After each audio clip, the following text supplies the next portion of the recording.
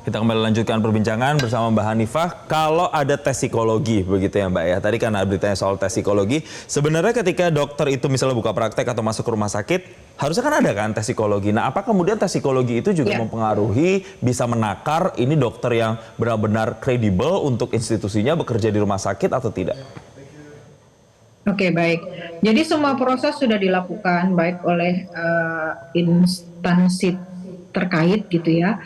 Tapi bagaimana ketika ini bisa lolos?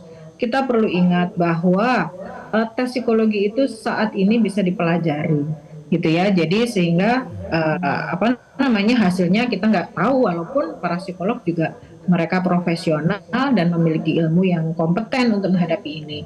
Kan apa namanya perilaku ini belum tentu juga ini sudah ada gangguan dari lama. Bisa jadi karena ini ada kesempatan, jadi dia berpikir bahwa oh ini sumber dayaku ada untuk melakukan kejahatan dan sumber daya dari korban ini sangat lemah. Karena kejahatan itu biasanya yang pertama karena ada niat, yang pasti ada niat. Yang kedua ada korban. Kalau korbannya datang sendiri berarti ini kan sangat memudahkan. Lalu dia mengukur bagaimana kekuatan baik pelaku maupun kekuatan korban itu.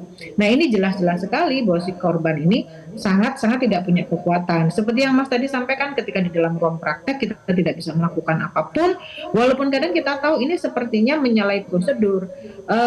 Pasien itu mengalami tonic immobility, yaitu kondisi yang freeze karena saking stresnya dan saking takutnya sehingga dia tidak bisa melakukan tidak bisa teriak atau melakukan perlawanan. Yang terakhir, biasanya para pelaku kejahatan dengan kondisi kepintaran yang lebih itu, mereka juga mempertimbangkan bagaimana cara mencari celah dari hukuman itu sendiri atau undang-undang yang bisa melindungi dia.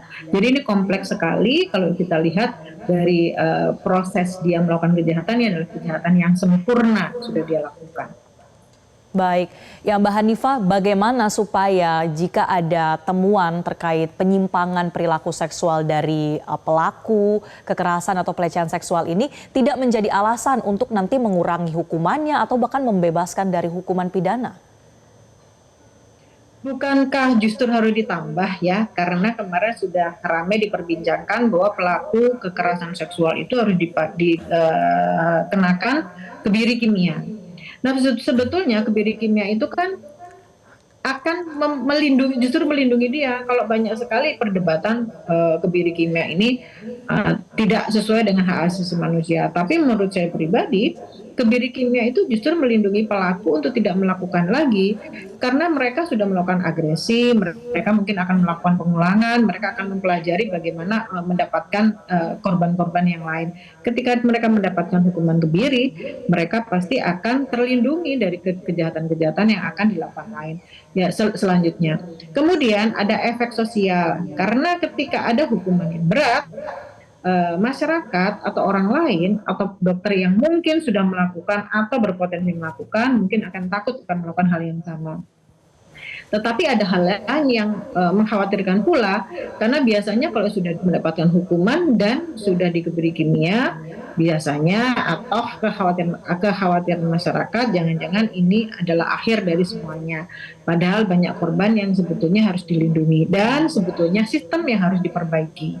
Jadi selain memberikan hukuman kepada pelaku, sistem di dalam dunia kedokteran atau dunia medis itu yang seharusnya diperbaiki. Ya, ada assessment, ada sanksi, tapi yang lebih harus dipikirkan utamanya jadi concern adalah soal sistemnya itu ya. Mulai tidak hanya memikirkan soal hukuman bagi para pelaku, terduga pelaku seksual, tapi juga bagi para korbannya. Terima kasih Kriminolog Universitas Indonesia, Mbak Hanifah Hasnah telah bergabung bersama kami di Selamat Pagi Indonesia. Jelajahi cara baru mendapatkan informasi. Download Metro TV Extend sekarang.